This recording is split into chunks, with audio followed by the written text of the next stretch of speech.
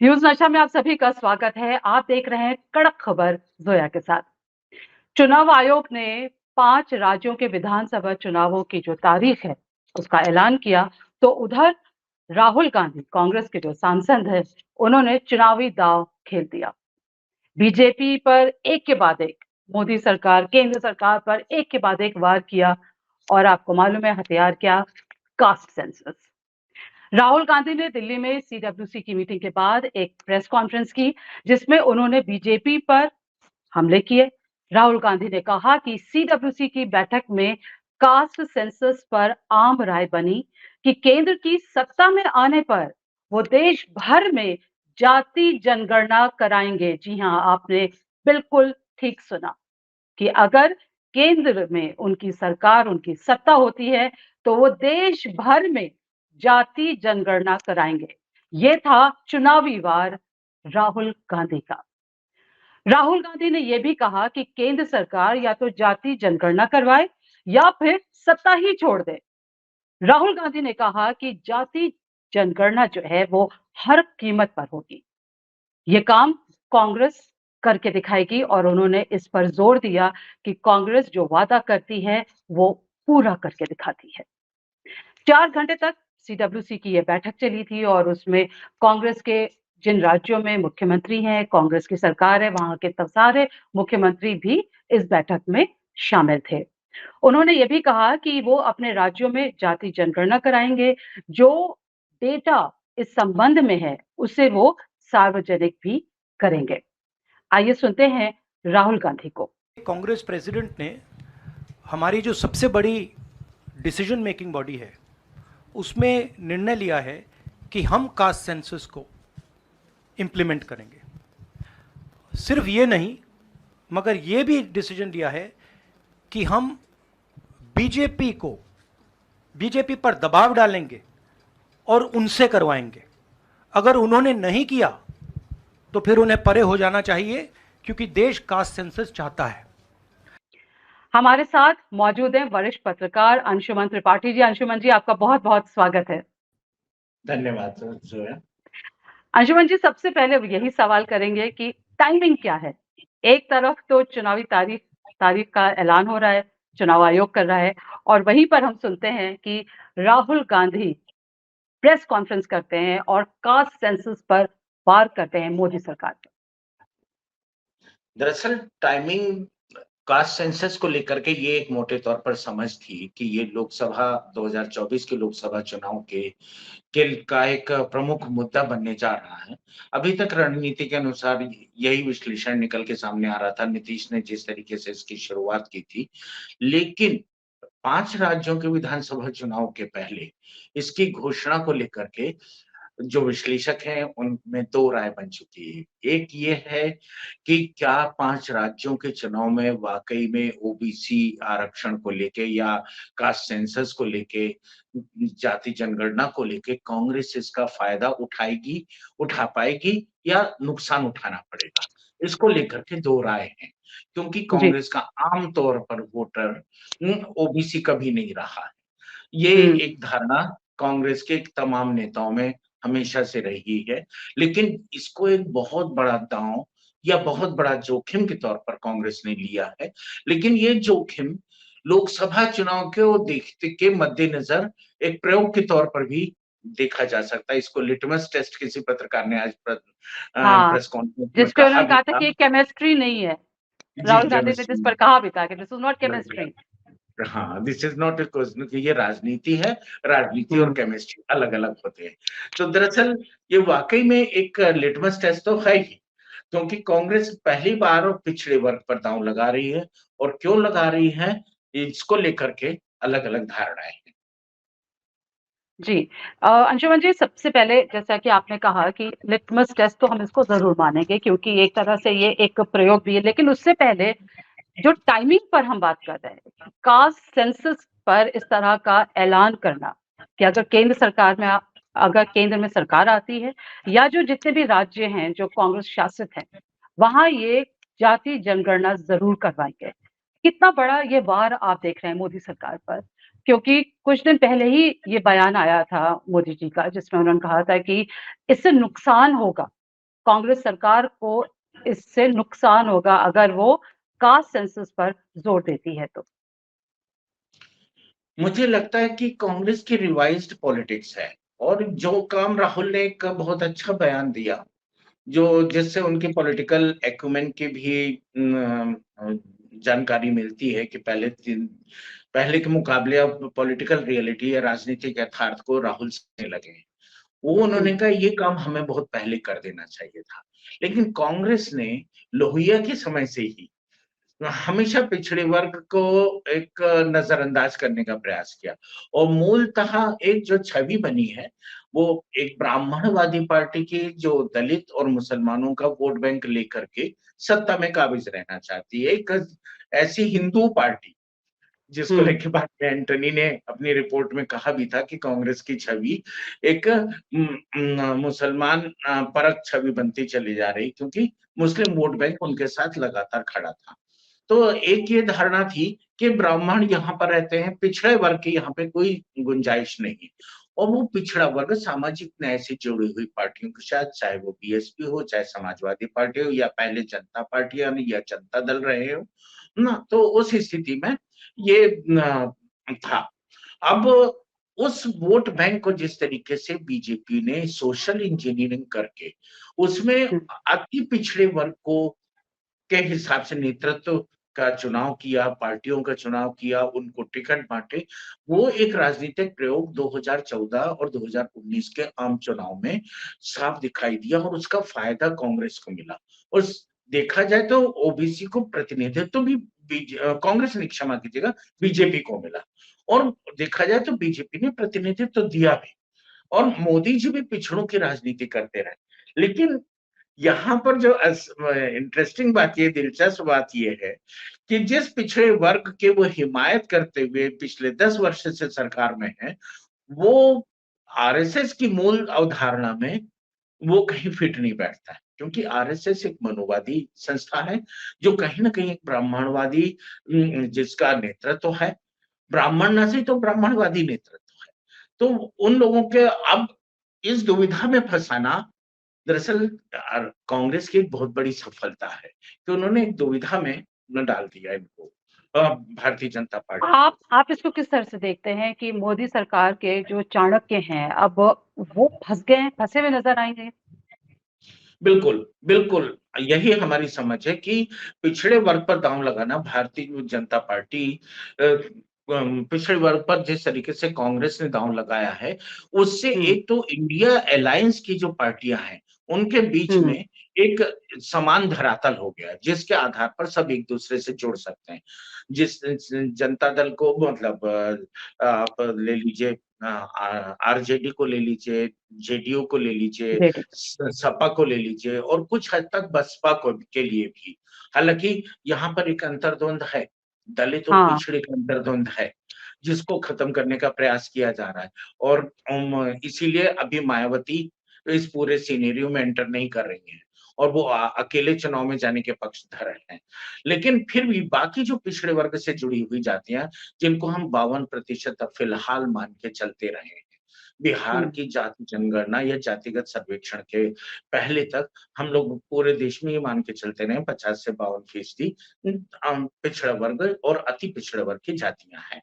तो इस पर दांव लगाना दरअसल भारतीय जनता पार्टी को एक जोखिम में डालने की तरह, या उसकी राजनीति को चुनौती देने की तरह है, और इसमें नरेंद्र मोदी जी, प्रधानमंत्री नरेंद्र मोदी जी गच्चा खाते दिखाई दे रहे हैं। क्योंकि नरेंद्र मोदी जी ने क्लियर कट स्टैंड लेने के बजाय, जो इनके लिए भी एक मौका था कि पिछड़े वर्ग के आरक्षण की चैंपियनशिप अभी भी हाथ से छीन सकते थे, लेकिन जिस तरीके से महिला आरक्षण का हुआ, महिला आरक्षण का मुद्दा जिस तरीके से नई संसद बनते ही उसमें ले लाया गया था, और वो एक क्रांतिकारी बदलाव के पुरोधा के रूप में नरेंद्र मोदी उभर के आना चाहते थे, लेकिन वहां पिछड़े वर्ग के आरक्षण को लेकर के कांग्रेस ने वो बाजी इनके हाथ से छीन ली।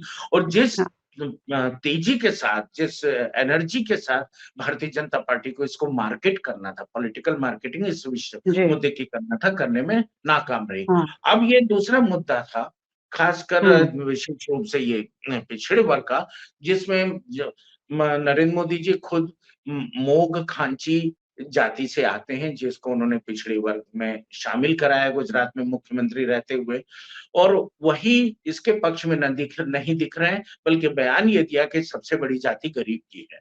सबसे बड़ी जाति गरीब की है, तो फिर इस तरीके से इन्होंने पहले भी बयान दिया, आपने देखा मोदी जी ने बयान दिया कि चूंकि मैं पिछड़े वर्ग से हूँ, इसीलिए किसी भी विपक्षी दलों को मैं न प्रधानमंत्री के तौर पर मंजूर नहीं हूँ, स्वीकार नहीं हूँ। तो अब ये कंट्राडिक्शन, ये विरोधाभास सामने नजर आ रहा है, और उसका फायदा उठाती कांग्रेस पार्टी हम्म। नजर आ रही है। और जी। इसी के आधार पर एक सबके बीच में, इंडिया अलायंस के बीच में एक तालमेल और एक समन्वय दिखाई दे रहा है। अंशुमन जी, प्रेस कॉन्फ्रेंस में राहुल गांधी से सवाल भी पूछा गया था, तो उन्होंने कहा था कि फासिस्ट नहीं है, मतलब इंडिया अलायंस में अगर कुछ पार्टीज हो सकता है कि वो साथ में न खड़ी हों, एक इस कास्ट सेंसस करवाने पर उनकी सहमति ना हो, तो उनको इस पर कोई ऑब्जेक्शन नहीं है। क्या आप इस पे कुछ रोशनी डाल सकते हैं कि वो कौन से दल हो सकते हैं जो साथ में खड़े हुए नहीं दिखे, जिन्हें खतरा है?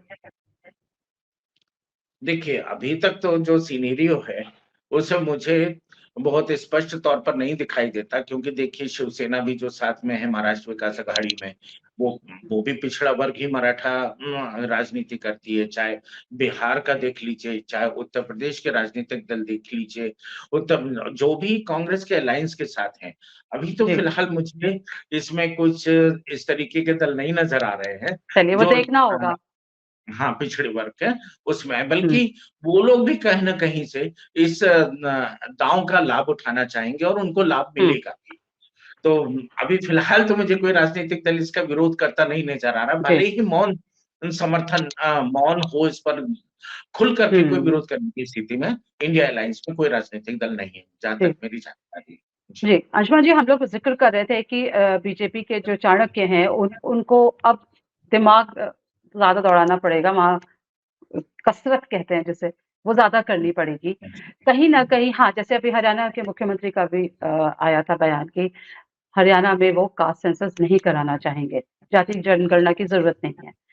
और वहीं पर हम देखते हैं कि कहीं न कहीं ये आरएसएस वर्सेस जो ओबीसी, अब ये एक चुनावी दांव चल रहा है, इसके बीच में तालमेल बिठाना बीजेपी के लिए मुश्किल हो जाएगा, राहुल गांधी के आज के इस बयान के बाद। जी। दरअसल ये चुनाव, आप एक जो बुद्धिजीवी वर्ग के या जो भी राजनीतिक विश्लेषक है, वो ये मान के चल रहे हैं कि 2024 का चुनाव जो है, यो हिंदू बनाम मुस्लिम होने जा रहा है। चाहे वो हुँ। आप देख लीजिए, तमाम राजनेताओं और राजनीतिक पार्टियों के नेताओं ने भी इसको लेकर के प्रत्यक्ष-अप्रत्यक्ष रूप से बयान दिया है।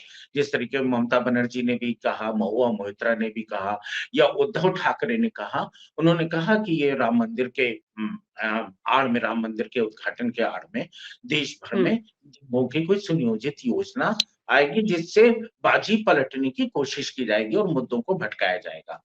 और ये संभवतः अगर इसको हम और पृष्ठभूमि में जाएँ, तो इसी आशंका के मद्देनज़र लालू यादव और नीतीश कुमार ने मिलकर के जाति जनगणना का दांव उस समय खेला, और इन लोगों ने जी। जाकर के मुलाकात भी की।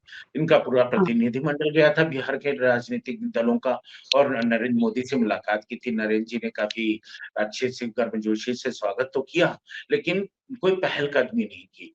अब ऐसी स्थिति में जो वर्तमान में जो इसका लाभ है, वो इन राजनीतिक दलों को मिलने की पूरी संभावना है, बशर्ते पोलराइज़ेशन किस तरीके से होगा, इस पर निर्भर करता है। हुँ। तो अब पोलराइज़ेशन की स्थिति आप उत्तर प्रदेश में देखना शुरू कर सकते हैं। देवरिया की घटना को जिस तरीके से हाई पॉलिटिकली दिया जा रहा है, वो देखा जाए तो क्या सही है, क्या गलत है, वो एक आपराधिक मुद्दा है, लेकिन वो जाति का रंग लेता चला जा रहा है। भारतीय जनता पार्टी के सवर्ण नेता जाकर के सत्यदेव दुबे के यहाँ मिजाज पुरसी कर रहे हैं, या उनके साथ सांत्वना दे रहे हैं, उनको तमाम तरीके से मदद के लिए खड़े हो रहे हैं। तो वहीं पे कई यादव नेता छुट भैया अभी खुल करके बड़े नेता हुँ। सामने नहीं आए, लेकिन एक माहौल बनाने की कोशिश हो रही है।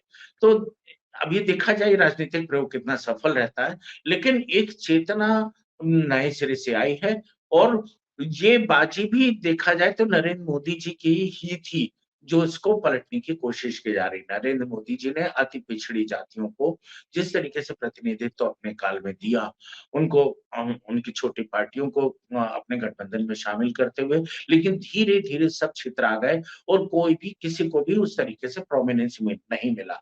हाँ, भारतीय जनता पार्टी में भूपेंद्र यादव से लेकर के धर्मेंद्र प्रधान से लेकर के तमाम दूसरे और पिछड़े वर्ग के नेताओं को का वर्चस्व थोड़ा-सा बढ़ा।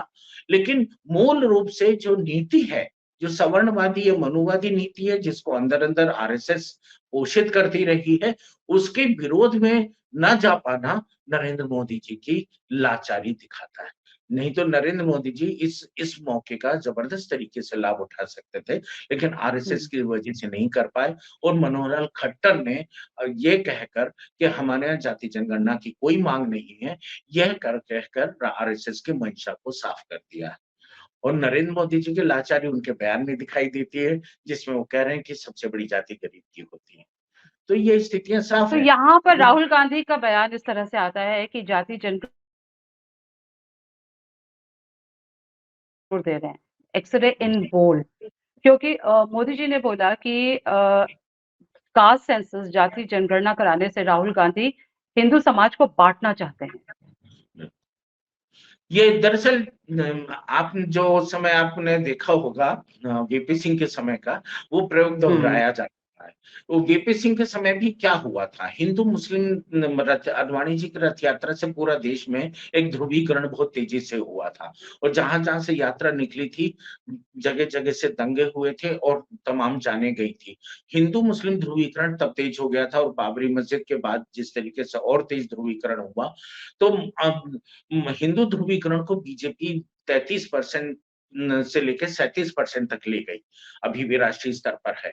ये ध्रुवीकरण की राजनीति ही है कि जिस तरीके से हम इज़राइल और फिलिस्तीन में देखते रहे पूरे 1 साल में, जनवरी से लेके अभी तक, कि लगातार इस तरीके की प्रोवोकेटिव घटनाएँ होती हैं कि वो ध्रुवीकृत करती हैं। जैसे उत्तर प्रदेश में आप देख लीजिए, आए दिन या तो मुसलमानों के घर पर बुलडोज़र चल रहा होता है या कोई अपराधी अगर मुसलमान पाया जाता है तो उसके खिलाफ सख्त से सख्त कार्रवाई होती है और हिंदू अपराधियों के मामले में ये महसूस किया गया है, कम से कम दूसरी अल्पसंख्यक जातियाँ ये महसूस कर रही हैं, अल्पसंख्यक वर्ग ये महसूस कर रहा है कि वहीं पर 2 तरीके के कानून अब राज्य व्यवस्था में दिखाई देने लगे हैं, केंद्र से लेके राज्य तक। तो ये छवि बनना अपने आप में गंभीर था। तो हिंदू-मुस्लिम ध्रुवीकरण का जवाब मंडलीकरण से ही हो सकता था। कमंडल का जवाब मंडल से पहले भी दिया गया, तो इसी रणनीति के तहत इस प्रयोग को दोहराया जा रहा है। तो निसंदेह राहुल गांधी ने मंडल प्रेस जी, जी, जी, आप अपनी बात पूरी करिए। हाँ, इसमें जहाँ तक रहा कि हिंदू समाज को बाँटने की बात, तो हिंदू समाज ने उसको स्वीकार कहाँ किया पिछड़ी जातियों ने? इनको कहाँ स्वीकार किया? आज तक बताइए वो सामाजिक मान्यता मिली नहीं, अस्पृश्यता भले स्पष्ट रूप से ना हो लेकिन व्यवहार में तो अस्पृश्यता है ना? और कहीं न कहीं अभी तक वो सारी स्थितियाँ बरकरार हैं पिछड़ी जातियों के लिए और तो ऐसी स्थिति में हिंदू समाज को समग्र हिंदू समाज बताना उचित नहीं होगा क्योंकि इसको लेकर के आप देखिएगा कि पूना पैक्ट भी जो हुआ तब भी अम्बेडकर जी को इसी तरह से मना लिया गया हिंदू समाज के नाम पर, लेकिन उनसे जो वायदे किए गए वो कभी पूरे नहीं किए गए। यहाँ पर एक चीज बहुत गौर करने वाली शायद राहुल गांधी ने कहा जरूर है लेकिन शायद उनको भी उसका मंतव्य नहीं मालूम रहा होगा। उन्होंने पावर टू पीपल की बात कही कि पावर टू पीपल जिसकी जितनी आबादी उसको उतना हक, power to people, power transfer की बात की। वो दरअसल हम लोग भी यही मानते रहे कि आजादी के समय पावर ट्रांसफर हुआ लेकिन वो एक पॉलिटिकल क्लास को, पावर टू पीपल आज तक नहीं हुआ। जाने में या अनजाने में राहुल जी ने ये जो फ्रेज इस्तेमाल किया ये बहुत महत्वपूर्ण है, अगर इसकी गहराई में जाए तो तो इसीलिए पावर टू सामाजिक पीपल। हाँ जी, जी तो इसीलिए सामाजिक और आर्थिक न्याय की बात उन्होंने करी है आज। जी, बिल्कुल। इसी सिलसिले में कही, शुरू में सामाजिक न्याय शब्द की जगह सिर्फ न्याय शब्द का इस्तेमाल किया था, तो मैं जानता था कि उनकी political terminology, socio political terminology उस तरीके से नहीं है जैसे परिपक्व और प्रौढ़ नेताओं की होती है, वो युवा नेता की तरह बात करते हैं, लेकिन सोशल जस्टिस और उसके लिए उन्होंने जो विकास के नए डायनामिक्स और डायनामिज्म की बात की बेसिकली, कि नया पैराडाइम बिल्कुल खोलना है अगर, हाँ, तो वो उनके विकासवादी नज़रिए को भी साफ करता है। तो उस पर भी हम चर्चा करेंगे ना, लेकिन जी। फिलहाल पॉलिटिकल एंगल देखा जाए तो हुँ, हिंदू-मुस्लिम ध्रुवीकरण के बजाय ना पिछड़ा बनाम अगला ध्रुवीकरण बीजेपी के लिए नुकसानदेह हो सकता है। तो बीजेपी हाँ, को खुलकर आना चाहिए था, संघ को खुल के बात करनी चाहिए थी और कांग्रेस के हाथ से बाजी छीन लेनी चाहिए थी। आप सत्ता में हैं, आप घोषणा कर सकते हैं, आप कुछ नहीं तो पिछला जो सेंसस था, जो यूपीए की सरकार ने कराया था, क मतलब सेंसस नहीं कहूँगा, सर्वेक्षण जो था मनमोहन सिंह की सर्वे। सरकार में, उसी के डेटा हुँ, जारी कर देते। उसको तो आप राजनीतिक उद्देश्य से इस्तेमाल कर ही रहे हैं। 2014 के बाद से आप उसको इस्तेमाल करते रहे और उसको पॉलिटिकल पोलराइजेशन के लिए आपने 2019 में भी इस्तेमाल किया। उसी हिसाब से आपने सीटों का बँटवारा किया, है ना? कम से कम हुँ, उत्तर प्रदेश में तो साफ दिखाई दिया। छोटी-छोटी पार्टियों को जिस तरीके से लिया, तो वो डेटा आप जी, इस्तेमाल कर रहे हैं। तो वो डेटा या सामने ला कर के और खुल के मुखर होकर के खड़े हो जाते हैं कि जी हाँ, पिछड़े वर्ग को हम सत्ता का हस्तांतरण कर रहे हैं। तो वो सत्ता का हस्तांतरण जो अंग्रेजों से पॉलिटिकल क्लास को हुआ था, वो जनता तक होना है और वो ये मुद्दा अगर कांग्रेस कह रही है, तो देखना है कि कांग्रेस इस चुनौती को कैसे इस मतलब इस दावे को, इस संकल्प को कैसे पूरा करती है, आने वाले दिनों में पता चलेगा। हाँ, तो इसीलिए ये कहा जा रहा है कि राहुल गांधी ने बोला कि लाभार्थियों की पहचान करना है, जी, जी, पहचान शब्द, है ना? कि जी, जो जितना है उसको क्या उतना मिल रहा है या नहीं? और बिल्कुल। उन्होंने ये भी साथ में कहा कि अभी जाति जनगणना के बाद फिर एक इकोनॉमिक आर्थिक जनगणना भी होगी। जी। इसको कैसे देखा जाए? ये बहुत महत्वपूर्ण बात है और ये ऑब्जेक्टिविटी दिखाई दे रही है। इसमें राहुल गांधी की वस्तुनिष्ठता दिखाई दे रही कि वो सिर्फ जाति जनगणना पर, जातिगत सर्वेक्षण पर भरोसा नहीं कर रहे हैं। एक अलग हुँ, से आर्थिक सर्वेक्षण करके दोनों डेटा का मिलान करके योजनाओं को और योजनाओं के बेनिफिशियरी की पहचान करना चाहते हैं और ये बहुत महत्वपूर्ण है। ये उसी तरीके से जैसे क्रीमी लेयर आपने फिर आरक्षण में जिस तरीके से क्रीमी लेयर का कॉन्सेप्ट आया और उसके जी, बाद उसकी वजह से क्या हुआ कि जो आरक्षण का लाभ नीचे तक पहुँचने लगा। तो अगर हाँ, इस तरीके से ऑब्जेक्टिविटी के साथ दोनों सेंसस होते हैं, क्योंकि इस देश में जाति बहुत बड़ा राजनीतिक यथार्थ है। किसी गरीबी के मापने का अगर सबसे कामयाब मंत्र है और गरीबी के कारणों को मापने का, तो वो कास्ट है। क्योंकि गरीब होने का एक सबसे बड़ा कारण कास्ट भी है। हुँ, क्योंकि उसका सामाजिक सम्मान नहीं है। वो वो समाज में बराबर का न्याय नहीं है। आज जब राहुल गांधी ने भरे प्रेस कॉन्फ्रेंस में पूछा कि इस कमरे में कितने पिछड़े वर्ग के लोग हैं, ओबीसी के, तो ज्यादातर लोगों को झेपना पड़ा, जवाब देने की स्थिति में नहीं होंगे। क्यों? क्योंकि हम जानते हैं कि न्यूज़ रूम में 80 से 90% लोग अपर कास्ट के हैं। और जब अपर कास्ट के हैं तो हम कितना भी लोकतांत्रिक हो जाए, समावेशी हो जाए, कितना भी धर्मनिरपेक्ष हो जाए, लेकिन कहीं न कहीं वो मानसिकता काम करती है। जब एक ब्राह्मण मित्र कहता है, "यार तुम भी ब्राह्मण हो, हम भी ब्राह्मण हैं, इसलिए तुम्हें मैं अपनी नौकरी में रख लेता हूँ।" या फिर एक राजपूत को फेवर, एक भूमियार की टीम बना-बना के टीवी चैनल चलाता रहा है और ये सब हम हुँ, आपसे छिपा नहीं है। तो इस सही इस लेकिन अभी समय आ गया है सवर्ण जातियों का भी कि अब वो इस चीज़ से सीख ले लें। अब बहुसंख्यकवाद अगर आएगा, तो बहुत भारी पड़ेगा और इसीलिए सवर्णों को चिंता राहुल गांधी के बयान से ज़्यादा है। और यही इसीलिए कांग्रेस का भी एक धड़ा ये कह रहा है जो कहीं न कहीं से सवर्णवादी है कि इससे कहीं जी। नुकसान न उठा जाए भी हाँ, मैं कांग्रेस का। यही पूछने जा रही थी आपसे जी, कि तो इसको नुकसान का लेके कितना खतरा है क्योंकि 5 राज्यों में विधानसभा है, उसके बाद फिर हम देखेंगे 2024। जैसा कि जी, आपने कहा बिल्कुल। कि ये सिर्फ अब लोकसभा का इश्यू नहीं रह गया, चुनावी मुद्दा नहीं रह गया, बल्कि ये विधानसभा का पहले होगा। जी, बिल्कुल सही कहा जो है आपने और मज़े की बात है कि जो राज्य हैं, इन कांग्रेस ने विश्लेषण कर लिया कि अगर हम पिछड़ा कार्ड इस समय खेल देंगे, इस समय हुँ, जातिगत सर्वेक्षण का कार्ड इस समय खेल देंगे, तो हमको फ़ायदा कर जाएगा। क्योंकि मध्य प्रदेश में आप देख जी, लीजिए, मध्य प्रदेश की आबादी में आदिवासियों के बाद सबसे बड़ी आबादी हुँ, पिछड़ा वर्ग की है, बल्कि शायद आदिवासियों से कुछ ज़्यादा ही हो, तो पिछड़ा वर्ग हाँ, सबसे ज़्यादा है। और जो अगड़ा वर्ग, हालांकि वहां पर जातिगत विद्वेष उतना नहीं है, लेकिन फिर भी जो है गंभीर घटनाएं हो रही हैं लगातार, चुनावी मौसम में भी हो रही हैं, जिनको शिवराज रोकने से नाकाम रहे। सिमरिया में भी घटना देखने को मिली, इसके पहले लगातार देखी, है ना, सीधी में नजर आई, तमाम जिलों में मध्य प्रदेश के नजर आई। तो वहां भी जाति जनगणना का कार्ड नुकसान करने की स्थिति में तो नहीं है। जो अपर कास्ट में भी जो बायस्ड लोग हैं वो वैसे भी भारतीय जनता पार्टी के साथ है ना, जो राजपूत मोटे तौर पे समझा जाता है कि वो भारतीय जनता पार्टी का वोट बैंक है। ब्राह्मण भी राम मंदिर के बाद से काफी हद तक गए हैं, लेकिन ब्राह्मणों को भी किसी तरीके का लाभ मिलता नहीं नजर आ रहा है, और वो भी, हाँ, वो भी अपनी राजनीतिक स्थिति को बहाल करने के लिए कहीं ना कहीं विकल्पों की तलाश में होंगे। छत्तीसगढ़ में देख लीजिए, वो भी आदिवासी प्रदेश है और वहां भी पिछड़ा वर्ग बड़ा है।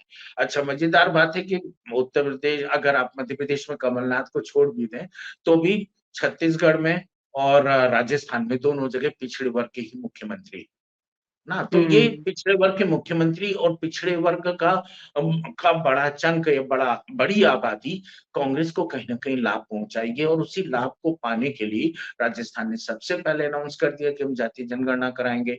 छत्तीसगढ़ में जाकर के खुद प्रियंका गांधी ने अनाउंस कर दिया, और भूपेश बघेल ने उसको तुरंत एक्सेप्ट भी कर लिया। तो ये राजनीतिक रूप से कम नुकसान पहुंचाने का कार्ड तो नहीं होगा, दाव नहीं होगा। जी। जितने हाँ। सवर्ण जाएंगे तो उससे ज्यादा पिछड़ा वर्ग आएंगे। एक दूसरी बात और आपको मजेदार बात बताऊं, जिस तरीके से मध्य प्रदेश में ग्वालियर बेल्ट से लेकर के धीरे धीरे बसपा एंटर करती चली जा रही थी, उस स्थिति, और इसी तरह छत्तीसगढ़ में भी देख लीजिए कि जहां पे पिछड़ी जातियों से जुड़ी हुई पार्टियां अपने 1 2 4 विधायक बनाने में सक्षम हो रही थी, और कम से कम 2 4 20 से 25% कॉन्स्टिट्यूएंसीज में एक अच्छा खासा वोट, 2000 से 5000 वोट या 10,000 वोट तक प्रभावित करने की स्थिति में थी। तो वो उसको भी उस नुकसान की भरपाई के नजरिए से भी देखा जाए, तो वो भरपाई भी कांग्रेस कर पाएगी जाति जनगणना का कार्ड लेके। क्योंकि क्योंकि पिछड़े वर्ग की बात कांग्रेस कभी नहीं करती रही, इसीलिए मध्य प्रदेश में भी उन्हें साथ लेना पड़ता है, ग्वालियर वाली बेल्ट में, और इसी तरह छत्तीसगढ़ में भी सहयोग लेना पड़ा, या राजस्थान में भी लेना पड़ा। तो ये तीनों राज्यों में तो आप देख ही रहे, तेलंगाना में भी स्थिति साफ है, वहां भी पिछड़ा वर्ग उसी तरीके से है। तो चारों जगह कांग्रेस को कम से कम इससे नुकसान तो नहीं है, फायदा ना भी उठाए। और दूसरी बात, ये जो मोमेंटम अभी से बिल्ड करेंगे, ये मोमेंटम जो 4 5 महीने बिल्ड होगा, क्योंकि चेतना नीचे तक पहुंचना है। कम से जी। कम अति पिछड़ा वर्ग को ये महसूस होना चाहिए कि उनके लिए कुछ कांग्रेस पार्टी या इंडिया अलायंस ने कोई बड़ा फैसला किया, जिससे उनको आने वाले भविष्य में सरकार बनने पे लाभ ज्यादा मिल सकता है पहले के मुकाबले में। तो और ज्यादा लोक कल्याणकारी योजनाएं बन सकती। तो ये मैसेज को नीचे पहुंचाने में भी काम आएगा अगर अभी से घोषणा, क्योंकि अभी के चुनाव प्रचार में ही ये चीजें शुरू हो जाएंगी, तो लोकसभा तक लाभ देंगे। भले ही अभी कम लाभ उठाएं, जी, लेकिन आगे चल सारे करके राज्यों का ज्यादा हम लोग लाभ। ने जिक्र किया अंशुमान जी। तेलंगाना का भी जिक्र करना जरूरी होगा, क्योंकि वहां पर मुस्लिम वोट बैंक एक मुश्किल बना हुआ है त्रिकोणीय मुकाबले के बीच में, बीआरएस, बीजेपी और कांग्रेस में। और वहां पर अब असद ओवैसी जो है वो पहुंचे हुए हैं। तो ये कितना बड़ा खतरा होगा, कितना बड़ा चैलेंज होगा कांग्रेस के लिए, मुस्लिम वोट बैंक, क्योंकि उसने अब उन तक अपनी पहुंच बनाने के लिए अल्पसंख्यक घोषणा समिति भी बनाई है। जी। नहीं, आपने बहुत जरूरी बात कही। ओबीसी की राजनीति को आप देखिए कि ओबीसी की राजनीति थोड़ा बिहार के सीमांचल में थोड़ी बहुत कामयाबी पाती नजर आई, लेकिन फिर भी मुस्लिम वर्ग के साथ सबसे, आपको एक बहुत बड़ी देशभक्ति की बात बता रहा हूँ। देशभक्ति की बात यह है कि इस देश में हिंदू महासभा बनती है, राष्ट्रीय स्वयंसेवक बनता है, और एक हिंदू राजनीतिक पार्टी बन जाती है। लेकिन मुस्लिम राष्ट्रीय स्तर पर मुस्लिम पार्टी नहीं बन पाती, क्योंकि इस देश का मुसलमान देशभक्त है। केरल तक सीमित रह जाती मुस्लिम लीग, वो कभी राष्ट्रीय स्तर पर नहीं बन पाती, और ओबीसी को भी देश का मुसलमान राष्ट्रीय स्तर पर स्वीकार नहीं करता। कहीं कुछ पॉकेट्स में जीतते नजर आते हैं। तो उत्तर प्रदेश में इस बार, चूंकि इस बार देखा गया कि जब मुसलमानों पर सीएनआरसी के नाम पर अत्याचार हुए, तो उस समय कोई भी राजनीतिक दल बोलने से कतराता रहा। इन मैं तो यहाँ तक कहूँगा कि कांग्रेस ने भी कोई बहुत स्पष्ट स्टैंड नहीं लिया था। हालाँकि तब नेतृत्व दूसरा था, बिखरा हुआ नेतृत्व था, और अब जिस तरीके से पावर कंसोलिडेशन पार्टी के अंदर हुआ है, तो अब राहुल गांधी और खड़गे के नेतृत्व में पार्टी कुछ स्टैंड लेती नजर आ रही है। मुसलमानों के मामले, हालाँकि सीधे मुसलमान शब्द न लेते हुए, मुसलमानों के साथ दलित, पिछड़ा सबको जोड़ती है, कि दलित, पिछड़ों, मुसलमानों सबके ऊपर अत्याचार हो रहे हैं। तो आपको एक इंटरेस्टिंग बात बताऊँ कि, और दूसरा हाँ, तो इस तरीके से मुस्लिम हमें इंडिया अलायंस के साथ जाता नज़र आ रहा है। क्यों? और भविष्य में भी संभावना है, क्योंकि अखिलेश में भी साथ है, और अखिलेश प्रदेश के स्तर पे उत्तर प्रदेश में अखिलेश से उनको अपने अपेक्षाएँ, आकांक्षाएँ रही हैं।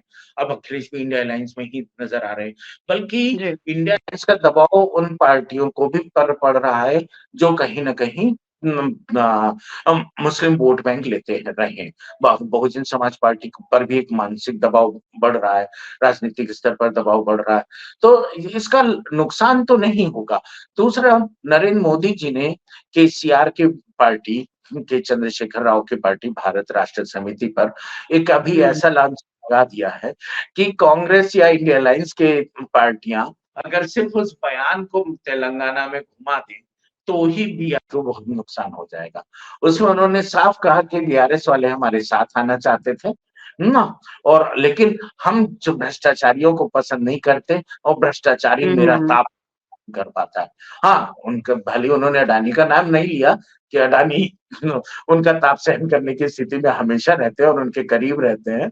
लेकिन अजित पवार उनके करीब रहते हैं, लेकिन उन्होंने भ्रष्टाचारी के तौर पे केसीआर की पार्टी को दिया, जिसके बाद केटीआर को रात प्रेस कॉन्फ्रेंस करके नरेंद्र मोदी जी के बयान पर प्रतिक्रिया जाहिर करना पड़ा, आलोचना करनी पड़ी, निंदा करनी पड़ी। स्थिति यह है कि वहाँ खुद बीआरएस की स्थिति भी डामाडोल होती नजर आ रही है, और ओवैसी अपने पॉकेट में अब उसका अपना जो फिक्स्ड वोट बैंक है, वो उसके साथ जाएगा, उसमें कोई डाउट नहीं है। लेकिन जो जहाँ भी कोशिश ये कर रही है कांग्रेस, जैसे अल्पसंख्यक कमेटी बनाई है, कोशिश ये कर रही है कांग्रेस कि जिस तरीके से कांग्रेस खड़ी हो रही है न मुसलमानों के साथ, दलितों के साथ, पिछड़ों के साथ, तो उनके साथ वो वोट बैंक जुड़े। तो एक राजनीतिक दांव है, और मुस्लिम को तो कांग्रेस से काटने के लिए हमेशा लगातार ओवैसी कांग्रेस पर अटैकिंग रहे हैं, और इसको अब इसे नोटिस भी किया जाने लगा है कि नरेंद्र मोदी से कम अटैक वो राहुल गांधी पे नहीं करते हैं, बल्कि ज्यादा ही करते हैं। तो खैर, ये सब तो एक राजनीतिक दांवपेच की है। अब भारतीय जनता लेकिन बहुत समझदार है, वो ये जानती है कि ये देश समावेशी संस्कृति से चल सकता है, मिलजुल के काम करने वाली संस्कृति की वापसी हो, ताकि महँगाई और बेरोज़गारी पर लगाम लगाई जा सके। अब लोग बिल्कुल। महँगाई और बेरोज़गारी सबसे बड़ा मुद्दा है, सही बात तो ये है, लेकिन पिछड़ा एक कैटलिस्ट साबित हो सकता है, उत्प्रेरक साबित हो सकता है इंडिया अलायंस। जी, आज की प्रेस कॉन्फ्रेंस में राहुल गांधी थोड़ा-सा डैमेज कंट्रोल करते हुए भी नज़र आए। बगल में अशोक गहलोत जी बैठे हुए थे।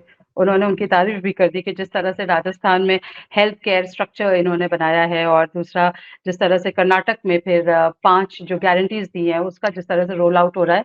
तो उन्होंने अपने मुख्यमंत्री की जो टीम लेके वो बैठे थे, उन्होंने उनकी तारीफ़ भी करी। लेकिन हाँ, ये ज़रूर है कि सिद्धारमैया जी पे जब बात आई, तो ये है, अभी देखना होगा कि कर्नाटक में जो सेंसस जो कंडक्ट हुआ था, उसका डेटा सामने कैसे आता है।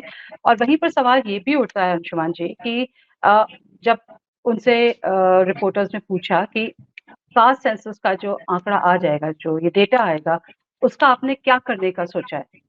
तो वहाँ पर एक प्रश्न चिन्ह लग गया था कि उस पर उन्होंने अभी जवाब नहीं दिया।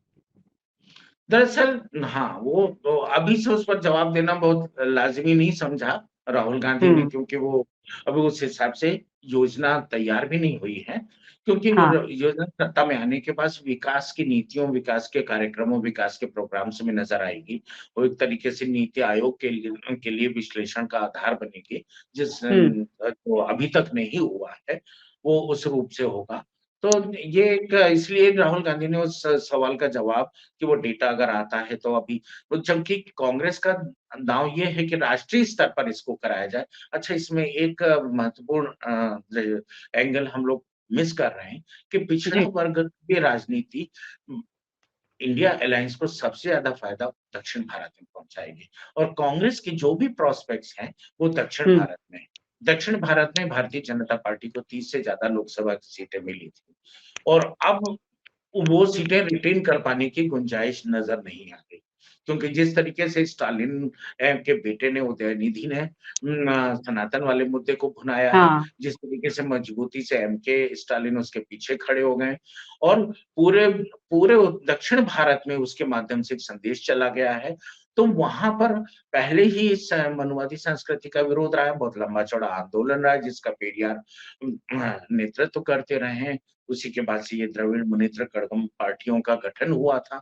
तो इसलिए दक्षिण भारत से ही उम्मीदें, इसीलिए कन्याकुमारी से ही यात्रा, भारत जोड़ो यात्रा शुरू हुई थी, और वहां से जिस तरीके से जन समर्थन मिलना शुरू हुआ था, अगर राहुल गांधी उत्तर भारत से शुरू करते तो उसकी संभावना कम थी, बल्कि उसमें विघ्न डाला जा सकता था, और वो कन्याकुमारी तक जाते जाते वो हम्म। सफलता नहीं हासिल कर पाती जो कन्याकुमारी से कश्मीर तक जो सफलता राहुल गांधी की इस भारत जोड़ो यात्रा को मिली है। जी। तो जी। ये एक नजरिए से जो ये है, ये ये डेटा उन्होंने जो कहा कि एक तो कास्ट सेंसस या कास्ट बेस्ड सर्वे, और दूसरा गरीब आर्थिक आधार पर सेंसस। तो इन दोनों के डेटा आने के बाद दरअसल राहुल गांधी का जोर न्याय योजना पर है, जो हम्म। उन्होंने अर्थशास्त्रियों के साथ मिलकर के पहले भी रखा था, जिसको अभी भी गाहे-बगाहे वो अपनी प्रेस कॉन्फ्रेंस में महीने में एक बार ज़िक्र करते भी हैं।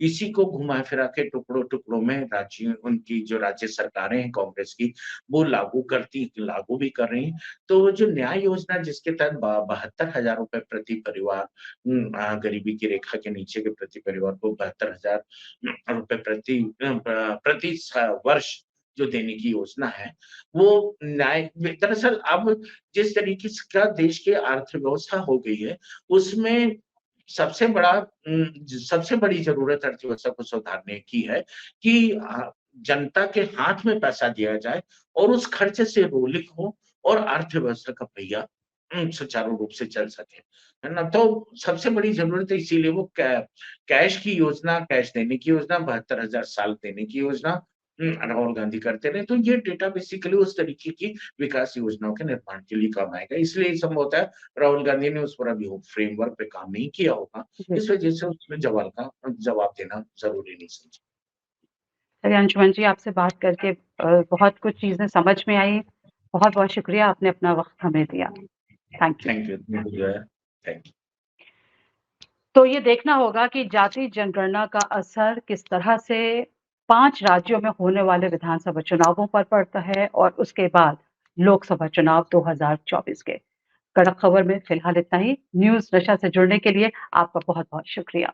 आप हमसे जुड़े रहने के लिए सब्सक्राइब करें YouTube पर, फॉलो करें Twitter पर और लाइक करें Facebook पर।